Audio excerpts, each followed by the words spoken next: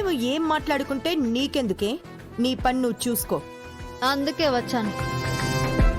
మళ్ళీ అందాల పోటీలేంటి? ఎందుకు చేస్తున్నారు? మా ఇష్టం. అడగడానికి నువ్వెవరు? మీకు ఇంకా బుద్ధి రాలేదా? నేను మొదటిసారి మిమ్మల్ని కలిసింది ఇక్కడే. ఆ రోజు మీ వల్ల ఒక అమ్మాయి చనిపోయింది, గుర్తుందా? ప్రైజ్ మనీ కోసం ఆశపడి ఎవరు పడితే వాళ్ళు అందాల పోటీకి తయారైపోవటమేనా? నీ మొహం అద్దంలో చూసుకున్నావా?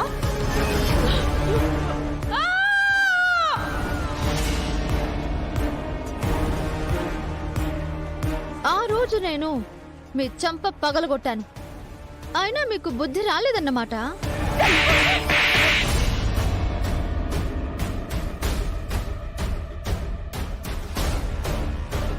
మీ వల్ల ఇంకెంతమంది అమ్మాయిలు చనిపోవాలి? ఎంతమంది ఉసురు తీసుకుంటారు?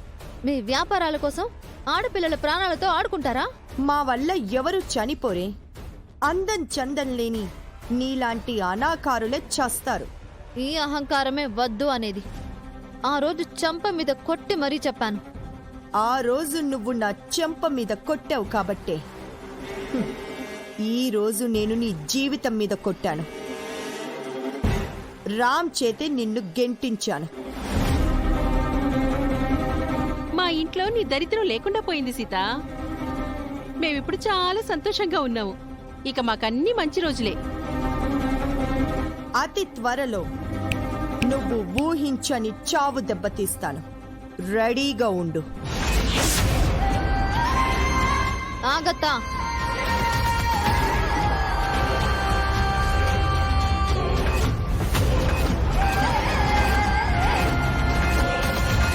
మీరు నన్ను ఆ ఇంట్లో నుంచి పంపించేశారేమో.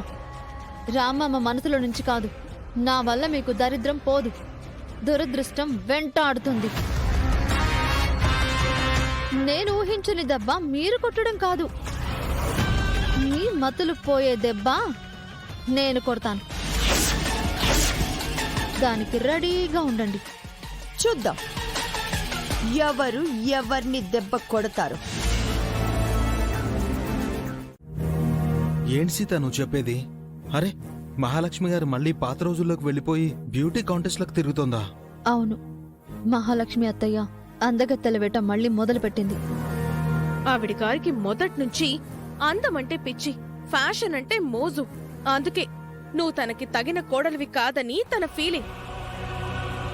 అందం అంటే పైకి కనిపించే రూపం కాదు, మనసు అందంగా ఉండాలి. అరే, అయినా మన సీతకేం తక్కువ? మహాలక్ష్మి గారికి నచ్చకపోతే సీత అందమైంది కాకుండా పోతుందా?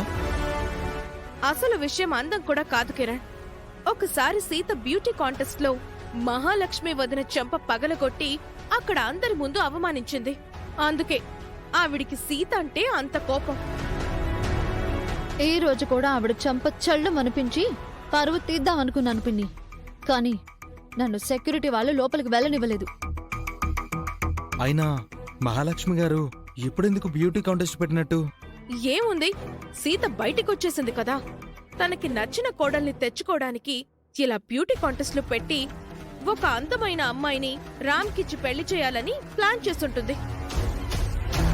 అంతే కదా సీత? అవును పిన్ని, అది తెలిసే నేను అక్కడికి వెళ్లి అందాల పోటీలు ఆపాలని రచ్చ రచ్చ చేసి వచ్చాను. అంతటితో ఆగకుండా ఎలాగోలా సెక్యూరిటీని దాటి లోపలికి వెళ్లి ఆ మహాలక్ష్మి గారికి బుద్ధి చెప్పి రావాలి సీత.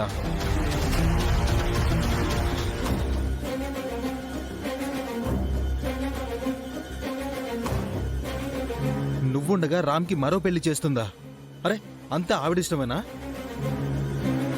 సుమతి వదిన చనిపోయింది. జనార్దన్, గిరి అన్నయ్యలకు మహాలక్ష్మి ఎంత చెప్తే అంత. అర్చన వదిన సరే సరే. రామ్ ఎటూ తేల్చుకోలేక కన్ఫ్యూజన్ లో ఉన్నాడు. చలపతి గారికి నోరున్నా తన మాటకి విలువే లేదు. ఇక మహాలక్ష్మికి అడ్డు అదుపు ఏముంటుంది? తను ఆడిందే ఆట, పాడిందే పాట.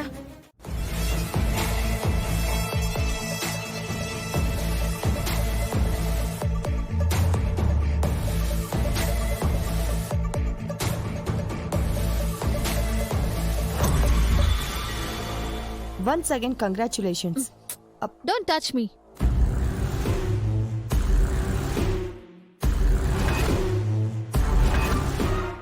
నేను ఊహించని దెబ్బ మీరు కొట్టడం కాదు, మీ మతులు పోయే దెబ్బ నేను కొడతాను.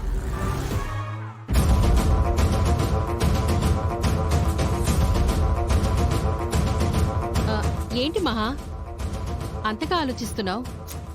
What a beauty, what a style, what a charming, what a daring, what a dashing. పో మహా, నువ్వలా పొగుడుతుంటే నాకు సిగ్గేస్తుంది. నిన్నెవరు పొగిడారు? అంటే ఇప్పుడు నువ్వన్నది నిన్ను కాదు, మిథునని.